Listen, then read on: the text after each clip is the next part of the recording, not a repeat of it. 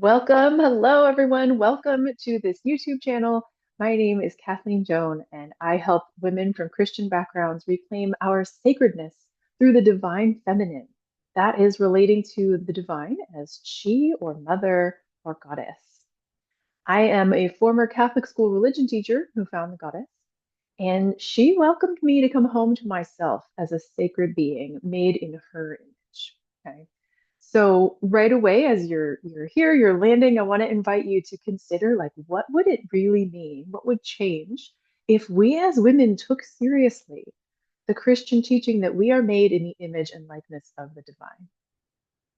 What would change? How would that change our lives if we could see the sacred as she and her, right? And see ourselves reflected back as sacred in that image. So I do this work because I'm a cradle Catholic, and like most Christians, I grew up with God as exclusively He, right? And there's a real big problem with this, which is that when we see and hear exclusively masculine images of the divine, it teaches us, it teaches everybody, no matter our gender, because we all have masculine and feminine within us, but it teaches us all that the feminine is worth less than the masculine.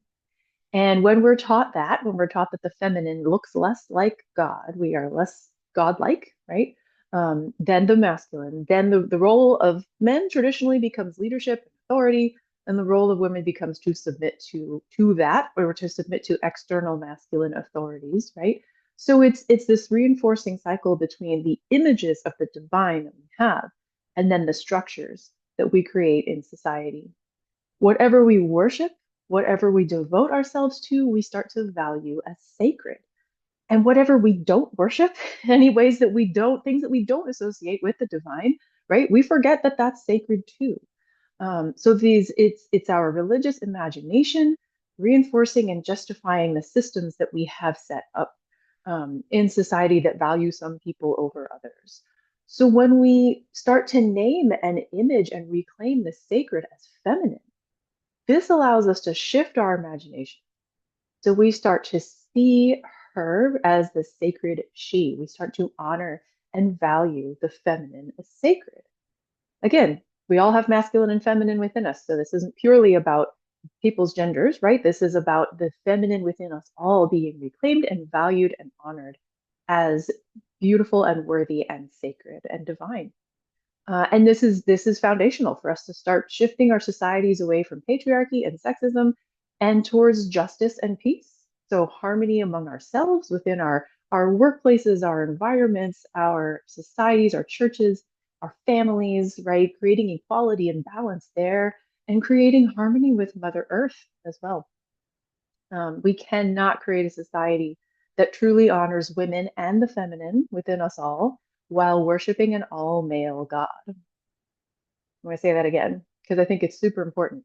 We cannot create a society that truly honors women or the feminine within us all while worshiping an all male God. Okay. So if you have Christian roots, but you are maybe frustrated or angry at patriarchy in the church, and you are curious about the divine feminine, what is this? What is the divine feminine? What is the sacred she? What do we mean by goddess, right? Welcome. You have landed in the right place. Okay. And I want to talk a little bit about Brigid because you've noticed my work is called Brigid's Flame. Brigid is the patroness of my work, and she's both a goddess and a saint. So this gives you a little bit of an idea of kind of the approach that I'm taking to this work. So Brigid she's both an ancient Celtic goddess as well as a Catholic saint. So when Ireland became Christian in around the 5th century, there was an actual historical person named Saint Brigid who she became kind of she carried on the qualities and the attributes of the goddess into the Christian tradition. So the people loved their goddess Brigid. They couldn't get rid of her, so they just made her a saint, right? And just brought her right straight into the Catholic tradition when that became their new spiritual framework. Um, Brigid, the goddess, was known as the goddess of the threshold. So she's goddess of a space that is in between, right? A threshold where we cross from one space into another. The legend actually goes that Saint Brigid, the historical person, was born on a threshold. maybe assuming that her mother was like actually literally walking in or out of the door when she gave birth. Maybe, maybe historical, maybe not, but it tells this story, right, about Brigid being located in that in between space. And the story goes that Saint Brigid, so when she founded the first women's religious order in Ireland within the new Catholic framework, right? Her nuns, so specifically the women within the convent, kept tending the fire of the ancient goddess Brigid. Right there, they just brought her right in to the Catholic convent, and they kept on tending the perpetual fire that the older pagan tradition had always kept lit to the goddess Brigid, because Brigid is a fire goddess. She's goddess of the fire, all instances of fire, and also the sun, right? So it's this idea that's where the name Brigid's flame comes from, right? The idea that the fire of the divine feminine, we can keep that fire burning no matter where we are. And that's what Saint Brigid did. And her nuns, they said, okay, we have Goddess Brigid, we have her perpetual fire and flame. Guess what? We're going to keep that burning right within wherever we find ourselves, whatever context or community or institution or societal setting we are in, right? We can keep the fire of the feminine. We can keep the divine feminine flame alive. So that story inspired me and continues to inspire me in this work. My goal here is to hold that threshold space, that space that's in between.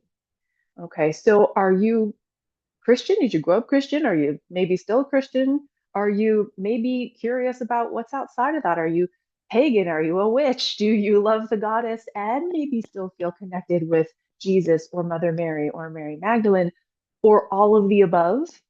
Perfect. Okay. There's space for all of that here. This is a place where you can explore how the sacred feminine, the sacred she is calling to you, while not you don't have to let go of any Christian connections that are meaningful to you. Why would you? Right? The sacred feminine can be found, and then we'll talk about this. She can be found within the Christian tradition. It's just that she's not often pointed out there, right?